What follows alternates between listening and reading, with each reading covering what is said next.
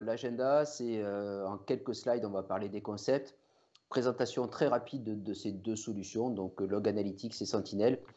Et ensuite, ben, on va essentiellement faire des démos, hein, parce que si on devait parler que de la sécurité pendant une heure, c'est pas terrible. Donc, on va voir plutôt sur deux cas, deux études de cas, un petit peu comment on va pouvoir manipuler ces outils de manière à regarder un petit peu tout ce qui se passe en termes de sécurité. Donc la première chose que je voulais voir avec vous lors de cette session-là, c'est ce qu'on appelle la Cyber Kitchen. En gros, c'est un scénario d'attaque classique dans une infrastructure. Donc le temps que l'animation se déroule, voilà.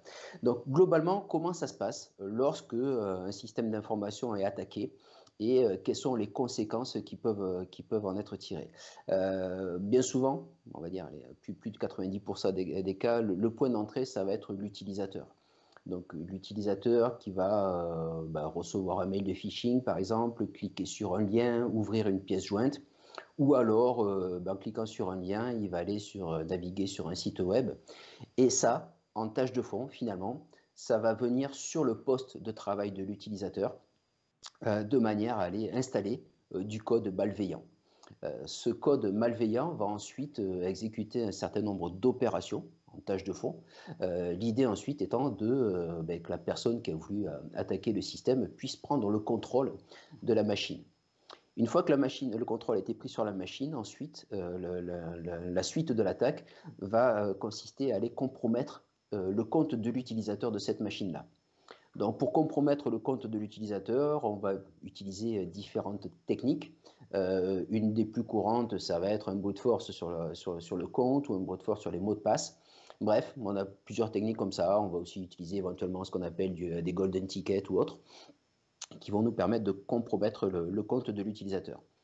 Une fois qu'on a compromis le compte de l'utilisateur, via une technique qu'on appelle le mouvement latéral, on va aller cibler un compte avec privilège.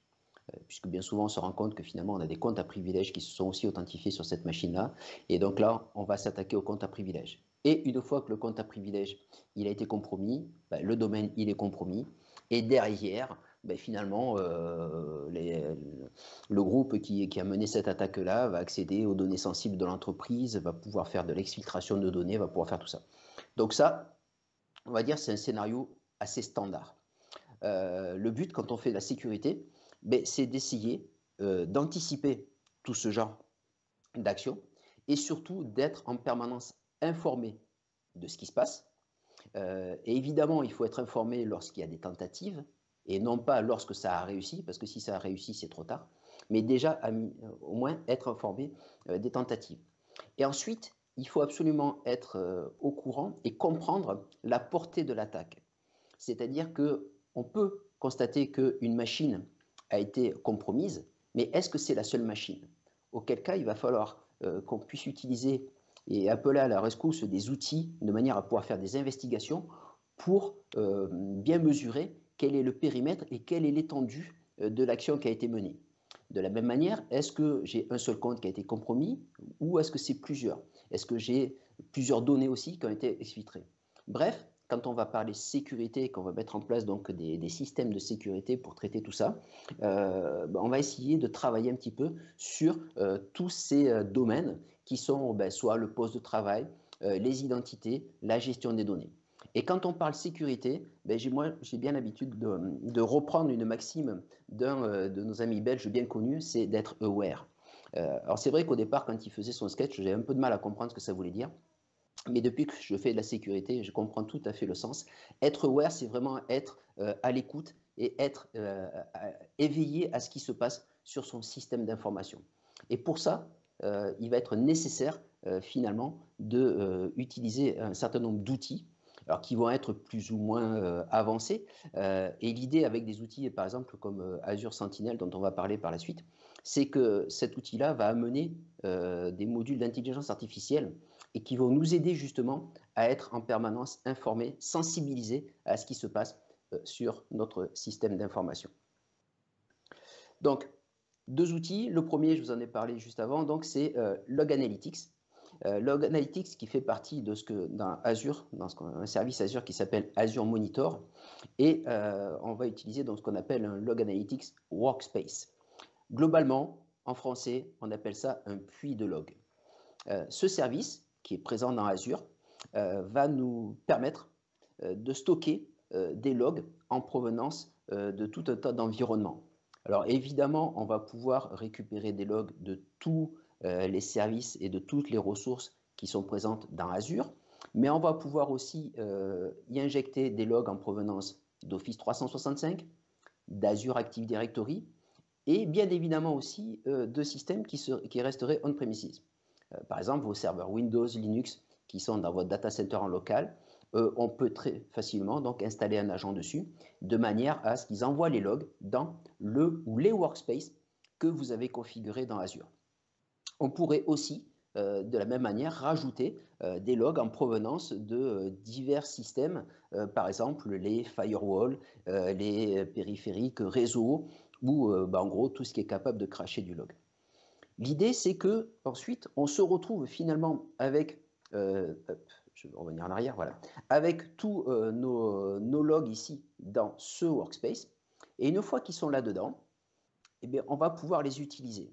On va pouvoir les utiliser pour faire des requêtes, pour faire de la corrélation de logs, pour afficher des résultats dans des tableaux de bord, pour générer des alertes, ou éventuellement pour déclencher des opérations, pourquoi pas avec des Logic Apps. Voilà. Donc ça, c'est le principe de ce workspace. Alors quand je dis ce ou ces workspaces, c'est que quand on définit ce type d'environnement-là, on pourrait très bien, au sein d'une même souscription Azure, avoir plusieurs workspaces. C'est-à-dire que je peux créer ces puits de logs en fonction de mes environnements. Alors pourquoi je ferais ça? C'est soit éventuellement pour isoler les périmètres de mes environnements. Donc je fais par exemple un puits de log pour la partie dev, un puits de log pour la partie prod, ou alors je vais isoler en fonction de domaines de responsabilité. Par exemple, si je fais du DevOps, je pourrais avoir des puits de log par squad qui gèrent les différentes applications de mon système. Je vous ai dit donc, on va envoyer des logs, on les stocke dans ce workspace, et ensuite, finalement, on va utiliser un langage de requête qui s'appelle KQL, donc Custom Query Language, et ce langage de requête va me permettre d'aller exploiter les données qui sont à l'intérieur.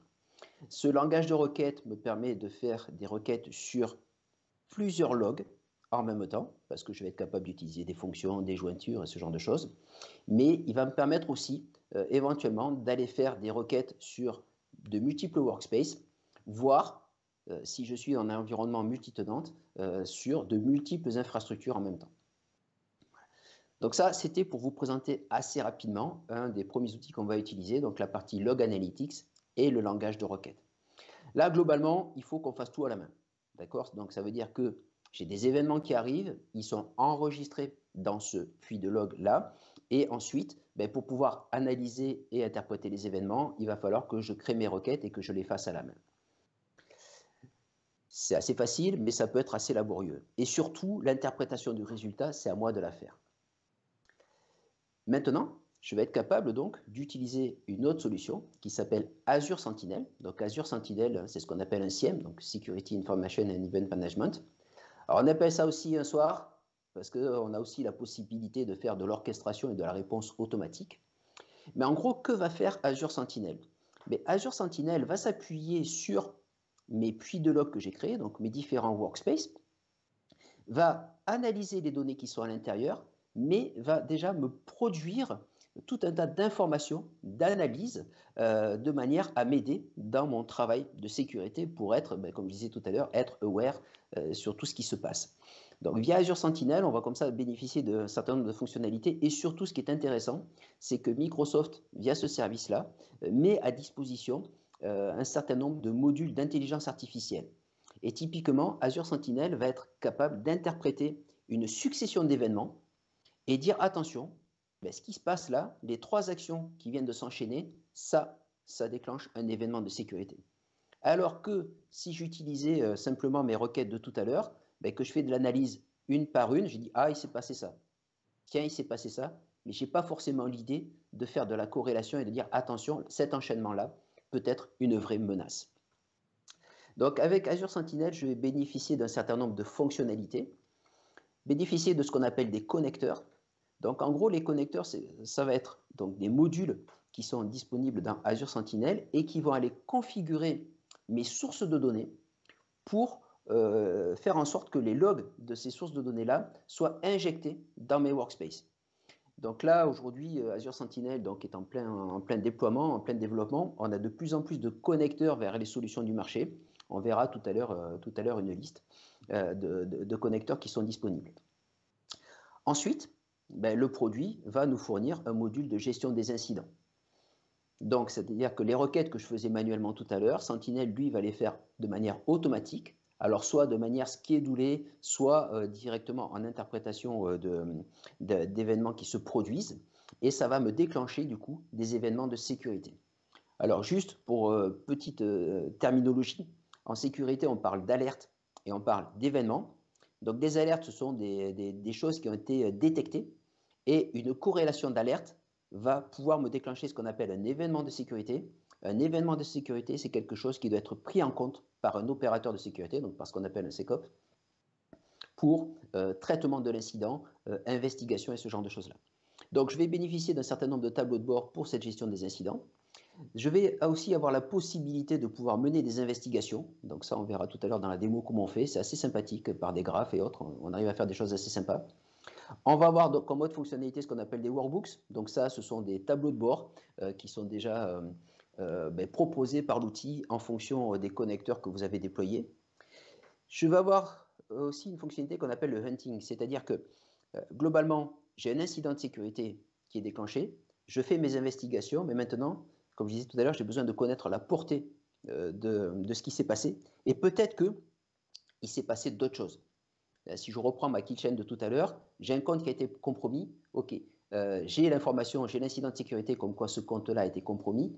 Par contre, est-ce que j'ai eu d'autres choses qui ont été faites avec ce compte? Voilà. Et à ce moment-là, je vais être capable de lancer des requêtes pour savoir si j'ai eu d'autres choses qui ont été réalisées. Et puis ces requêtes aussi, je vais être capable de venir enrichir la solution avec mes propres requêtes avec un module qu'on appelle le module Analytics. Voilà, donc globalement, on va passer maintenant rapidement à la démo.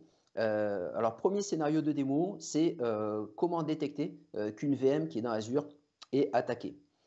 Donc là, ce que l'on va voir, c'est via Log Analytics, on va détecter que j'ai des tentatives d'ouverture de session et je vais être capable d'identifier quels sont les comptes qui sont utilisés, si ça réussit, si ça échoue, ainsi de suite.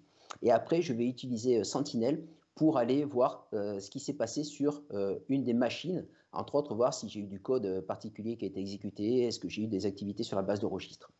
Si vous souhaitez renouveler les démonstrations que je fais, c'est simple. Alors pour savoir si une VM est attaquée dans Azure, il suffit d'installer une VM, de lui mettre une adresse IP publique et de ne pas la protéger par du NSG, et vous attendez, et en principe au bout de 2 heures, elle commence déjà à être attaquée. Donc, si ensuite cette VM-là, vous l'avez monitorée et que les logs arrivent dans votre puits de log Analytics, très rapidement, vous avez les alertes qui vont remonter. Pour ensuite simuler d'autres attaques un peu plus évoluées, de type code PowerShell malveillant, tentative d'accès à la base de registre, je vous ai mis ici le lien vers un document qui est un Security Center Playbook. Voilà, et là, vous avez un lab à dérouler. Il vous faut 1 ou 2 VM. Et si vous déroulez toutes les actions, ça vous fait donc des attaques sur les machines en question. Donc ce que je vais faire, c'est que je vais passer maintenant directement à mon interface de démonstration. Donc je vais quitter la presse, voilà. Et on va commencer ici par cette première interface. Donc là, ce que l'on voit ici, c'est mon portail Azure. Et je suis dans l'interface dans dans mon workspace Log Analytics qui va me permettre de créer mes requêtes. Donc tout d'abord ici, sur cette partie gauche, on a ce qu'on appelle le schéma. C'est-à-dire que c'est là que l'on va retrouver la liste de tous les logs qui sont importés dans mon workspace. Donc si je prends par exemple la classe de log qui s'appelle Log Management, on voit qu'ici j'ai un gros paquet de logs. Et un qui pourrait m'intéresser, par exemple, et qu'on va manipuler, c'est un log qui s'appelle Sign-in Logs. Et ici, je retrouve la liste de tous les attributs pour les données qui me sont remontées.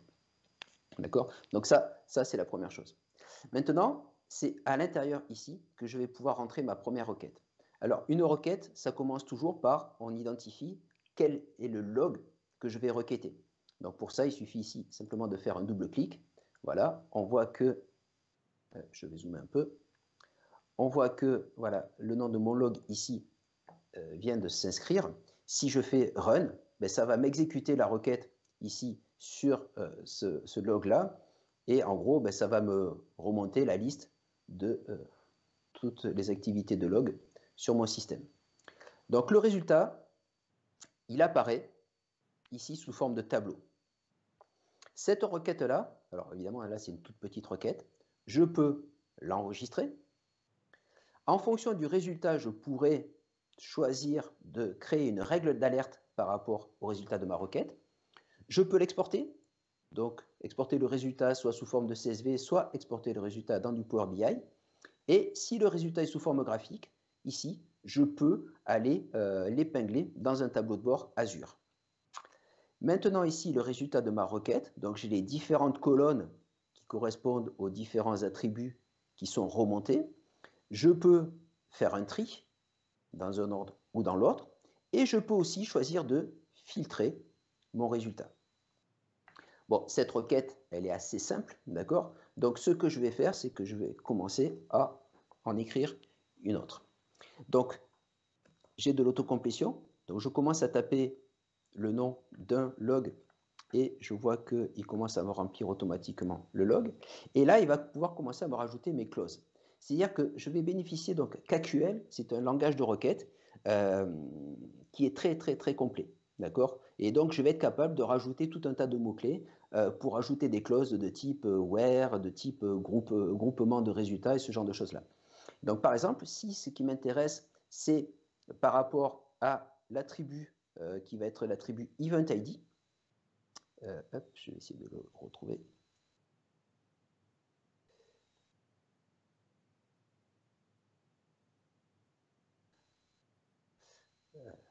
Pourtant, ah, je ne suis pas sur le bon fichier. Alors, évidemment, j'avais déjà tapé la requête. Voilà. Donc, ce que je vais faire, c'est que ici, voilà. Donc, sur cette requête, je vais lui demander de m'afficher tous les événements de sécurité qui correspondent à l'event ID 4625, qui correspond à un événement comme quoi l'authentification a échoué. Donc, je vais exécuter cette requête. Et le temps que le résultat s'affiche, et là, je vais avoir donc la liste de toutes mes tentatives d'ouverture de session sur mes VM qui ont échoué. Donc, dans les retours ici, évidemment, j'ai l'heure, le compte qui a été utilisé, et ainsi que ici, le nom de la machine. Maintenant, ce langage de requête-là, je vais pouvoir l'utiliser et surtout utiliser un certain nombre de mots-clés. Donc, ce que j'ai fait là, c'est que j'ai préparé un certain nombre de requêtes. Voilà.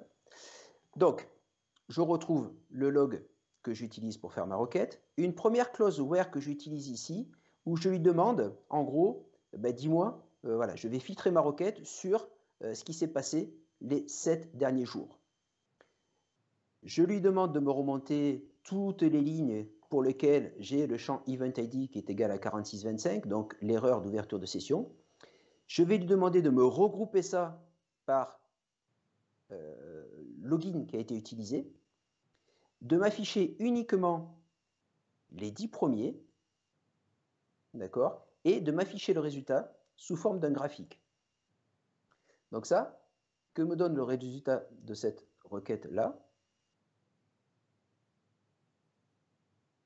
Je retrouve ici en bas un graphe, et ce graphe me montre que, en définitive, le compte qui est utilisé le plus souvent pour essayer d'ouvrir des sessions sur les machines que j'ai dans ma plateforme de démo, c'est le compte administrator, qui a quand même été utilisé à peu près 160 000 fois.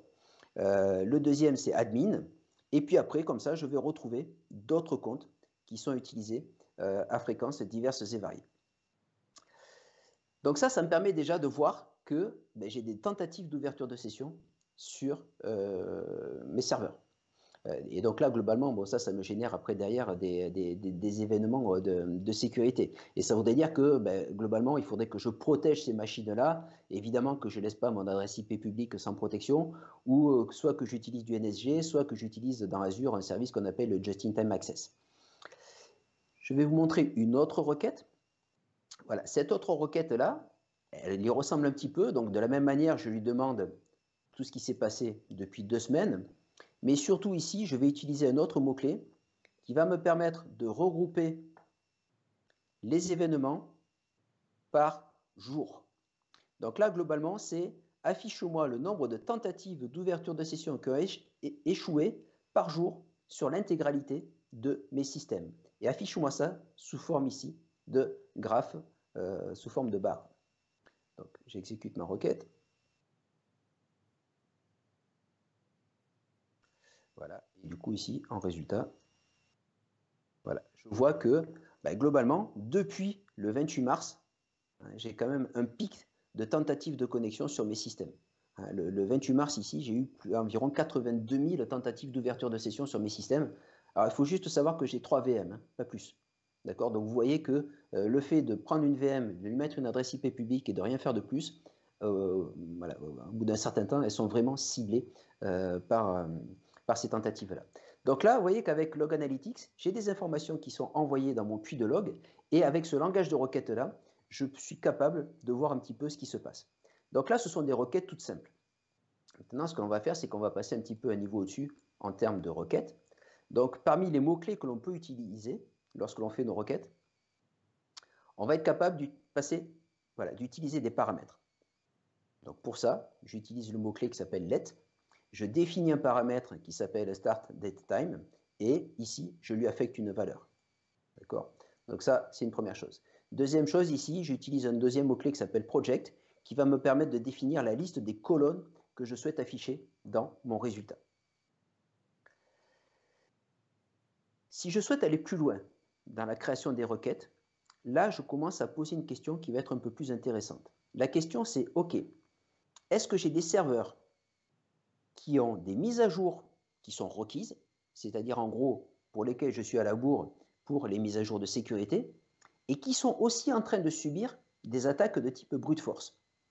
Donc là, globalement, je vais aller interroger 2 logs différents. Le premier log, c'est le log update.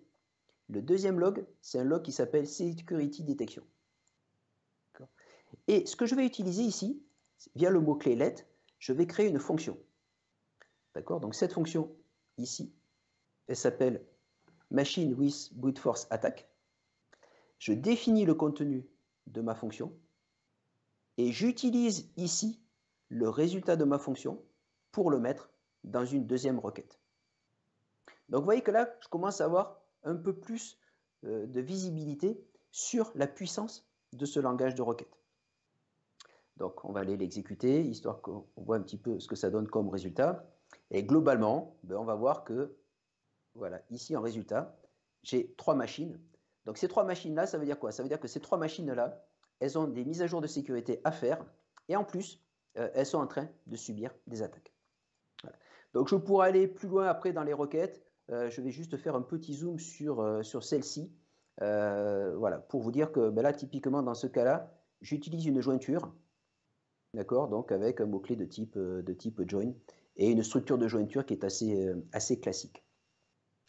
Donc ça, c'est première tentative de voir ce qui se passe en utilisant simplement mon langage de requête et mon puits de log.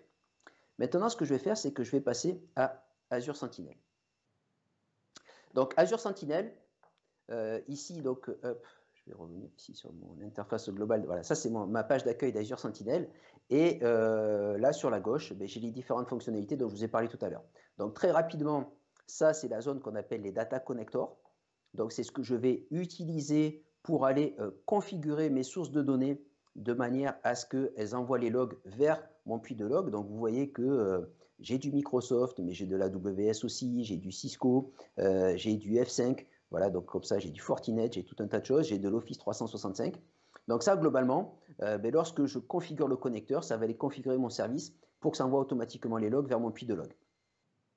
Ensuite, parmi les autres fonctionnalités, on va avoir la possibilité d'utiliser ce qu'on appelle des workbooks. Donc les workbooks, je vous en ai parlé vite fait tout à l'heure, ce sont les tableaux de bord qui sont déjà préconfigurés.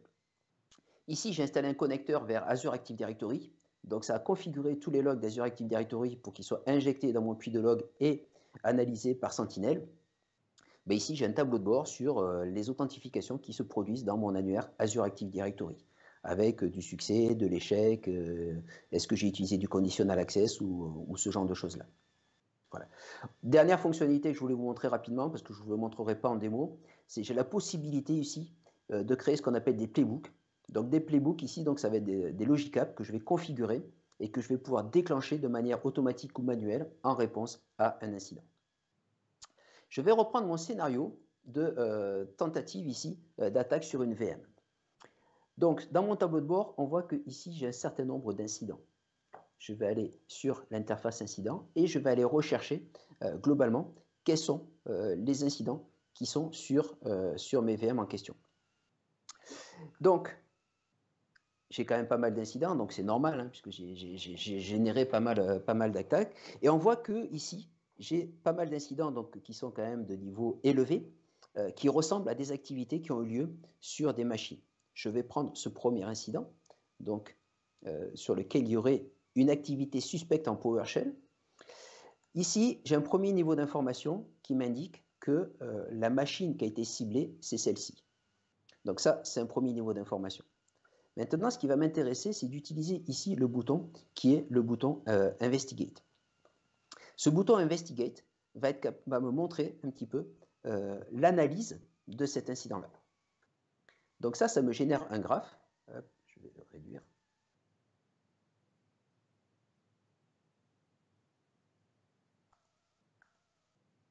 Voilà, donc ça me génère un graphe sur l'incident en question. Donc je vois que ça, c'est mon incident.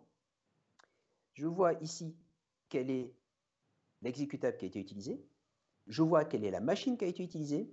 Et je vois quel est le compte qui a été utilisé pour cet incident-là. Maintenant, ici, j'ai le détail de l'incident. Et en descendant, ben là, je vais être capable de voir quel est le code qui a été utilisé, quelle est la ligne de commande ici qui a été utilisée par rapport à cet incident.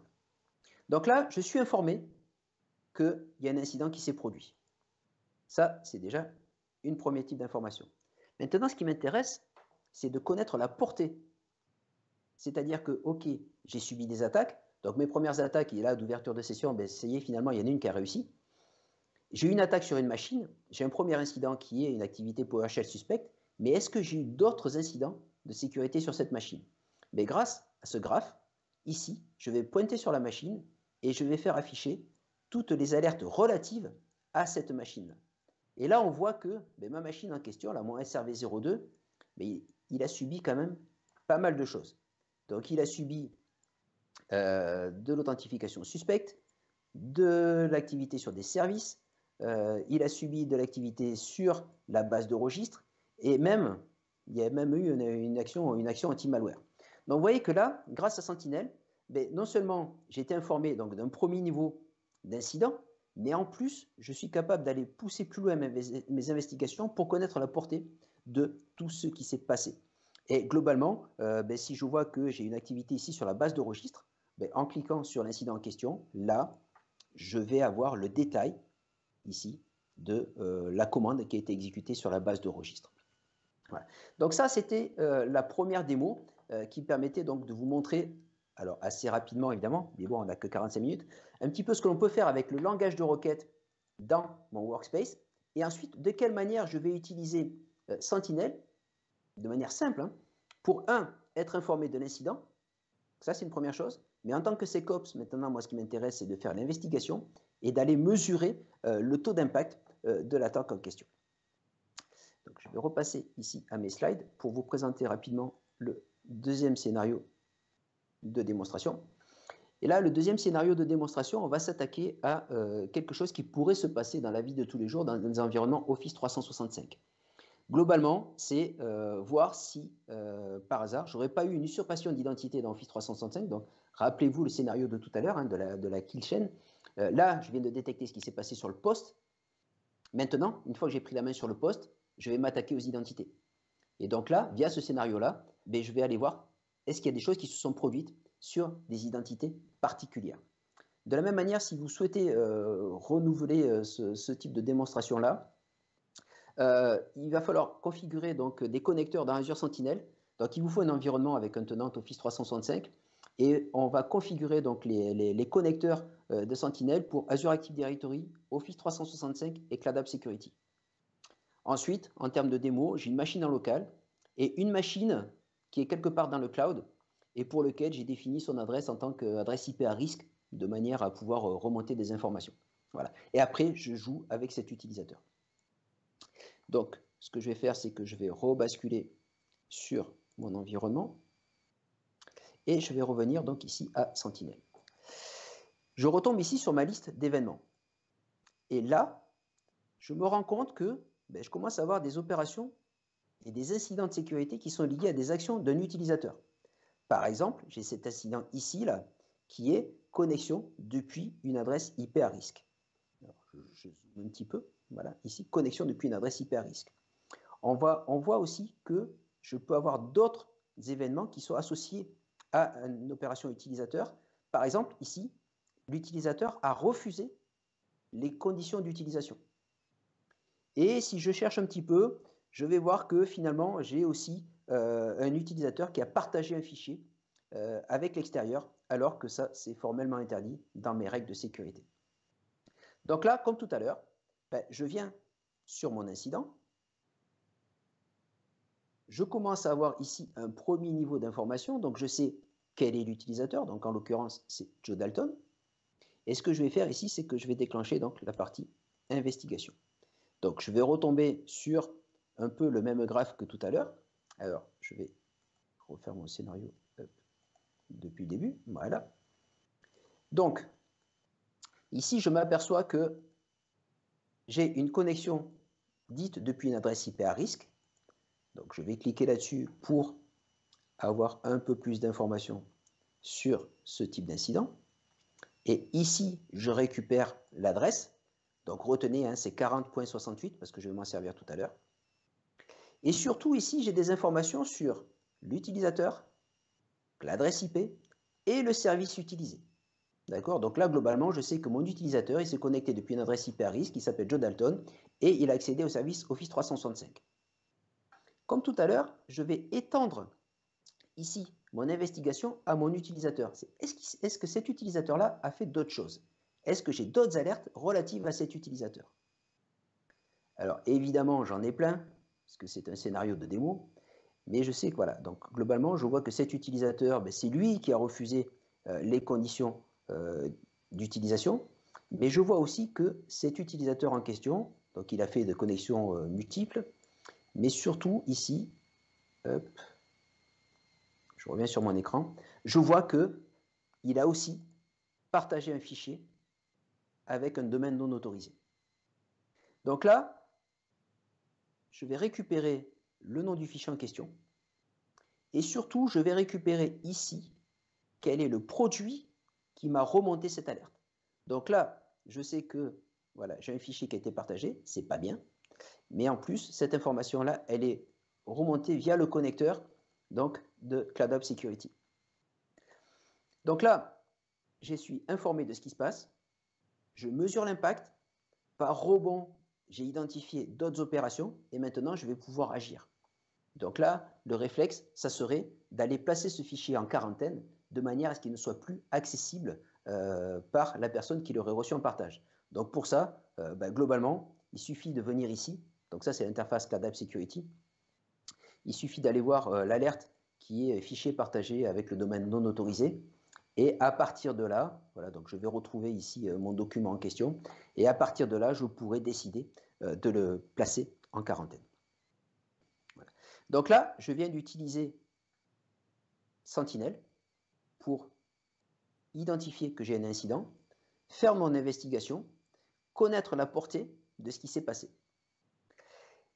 Mais potentiellement, ça ne suffit pas. C'est-à-dire que là, j'ai identifié que mon utilisateur s'est connecté depuis une adresse IP à risque, il a partagé des fichiers. Le problème, c'est que cet utilisateur-là, c'est un utilisateur à privilège. Est-ce que, par hasard, il aurait fait d'autres choses? Et là, ben, je vais revenir ici sur mon workspace Log Analytics et je vais utiliser des requêtes de manière à avoir un petit peu plus de détails sur cet utilisateur-là en question. Ma première requête, qui est ici, elle me permet de répondre à la question: est-ce que mon utilisateur s'est connecté depuis d'autres pays? Normalement, cet utilisateur, il est en France, il n'est pas censé se connecter depuis d'autres pays. Donc là, je pose une requête et je vais aller interroger donc le log qui s'appelle signinlogs. Je lui pose la question depuis une semaine. Bon, ici, j'utilise des champs qui sont calculés. Moi, ce qui m'intéresse, c'est est-ce que le nom de l'utilisateur contient Dal, puisque c'est Dalton, et surtout, est-ce qu'il s'est connecté depuis un pays qui ne serait pas la France? Donc, je vais exécuter cette requête-là. Et en résultat, tant que ça s'affiche, syntaxe error. Voilà, ici, j'ai la liste de toutes les connexions qui ont eu lieu et la liste ici des pays qui ont été utilisés, donc entre autres les Pays-Bas. Donc, OK, je sais que cet utilisateur-là, il s'est connecté depuis plusieurs fois depuis les Pays-Bas. Deuxième question que je vais poser, cet utilisateur-là, vu que c'est un compte à privilège, est-ce que par hasard, il n'aurait pas fait des opérations d'administration qui pourraient être considérées comme suspectes?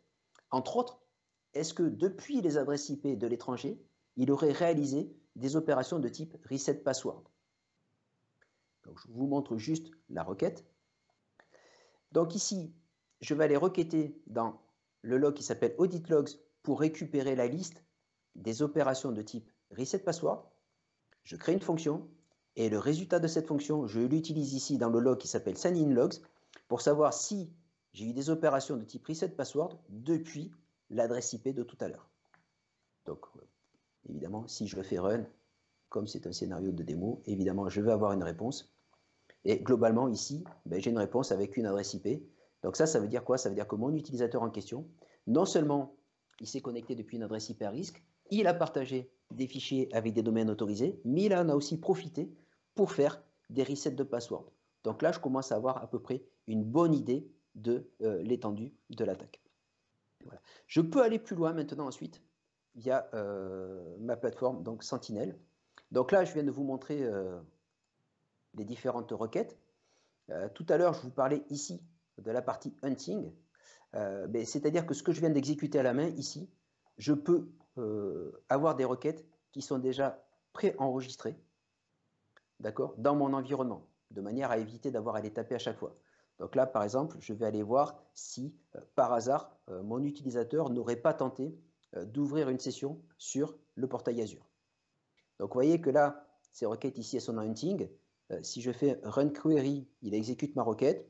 Et si je veux aller afficher les résultats, ben, il me rouvre ici mon espace de requête dans mon workspace. Et on voit que, ben oui, finalement, ici, j'ai eu des tentatives d'ouverture de session sur mon portail Azure. Et on voit que c'est Joe Dalton. Il a tenté en plus d'essayer de se connecter à mon portail Azure.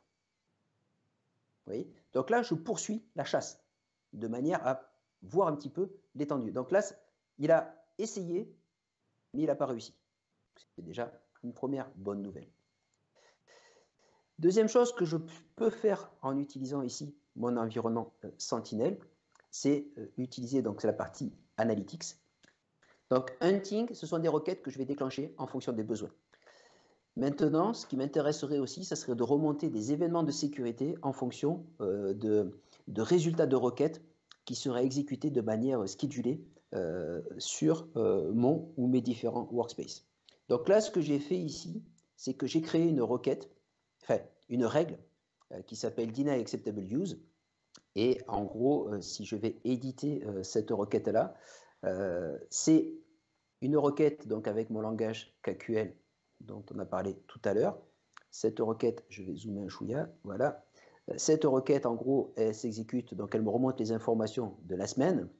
Est-ce que j'ai eu sur les authentifications, donc l'attribut conditional access status qui serait à failure, et est-ce que ça correspond à ce qu'on appelle acceptable use, d'accord? Donc la requête que je crée tout à l'heure, que j'ai créée ici avec mon interface, avec mon workspace, mais je peux très bien venir enrichir mon environnement Azure Sentinel avec ces différentes requêtes. Et en arrière, hop, voilà.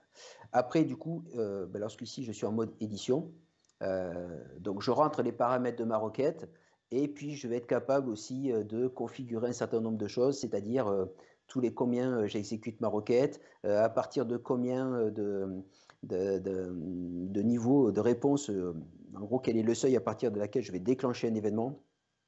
Voilà, est-ce que je demande d'arrêter la requête une fois que l'alerte est générée ou pas? Et ça, globalement, donc c'est ce qui va me permettre de remonter mes alertes. Et effectivement, si on regarde un petit peu ici dans mes incidents, ben on va voir que j'ai bien des incidents qui ont été déclenchés. Voilà, voilà, celui-là. C'est un incident de sécurité qui a été déclenché par Sentinel parce qu'il a exécuté ma requête sur toutes les 5 minutes. Voilà. Donc c'est globalement, vous voyez qu'on a utilisé donc deux outils. Le premier qui est quand même assez manuel, qui va me permettre donc de créer mes requêtes, d'interpréter les résultats.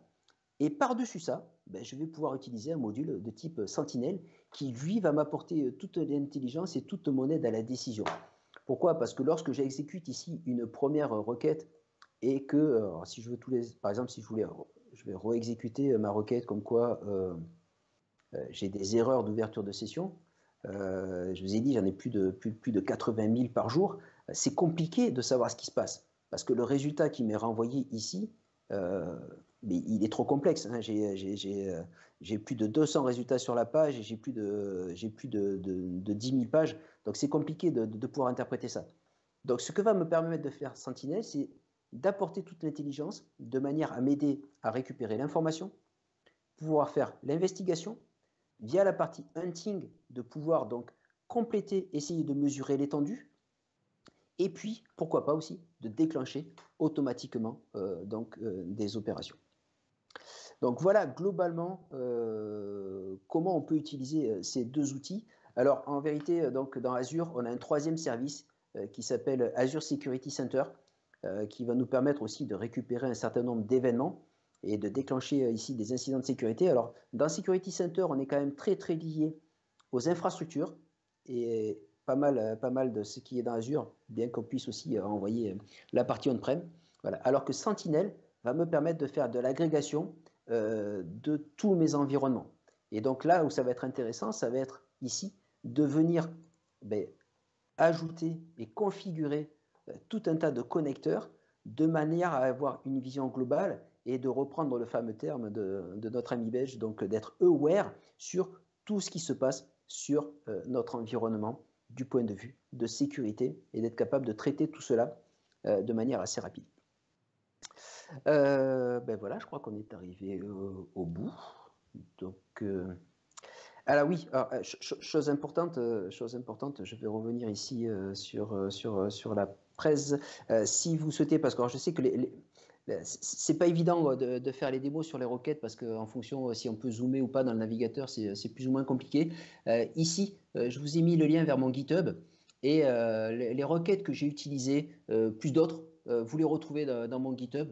Donc n'hésitez pas à vous en servir et puis voilà. Et puis pareil après n'hésitez pas à me contacter sur Twitter ou sur LinkedIn si vous avez besoin de travailler un petit peu ou de créer un certain nombre de requêtes supplémentaires.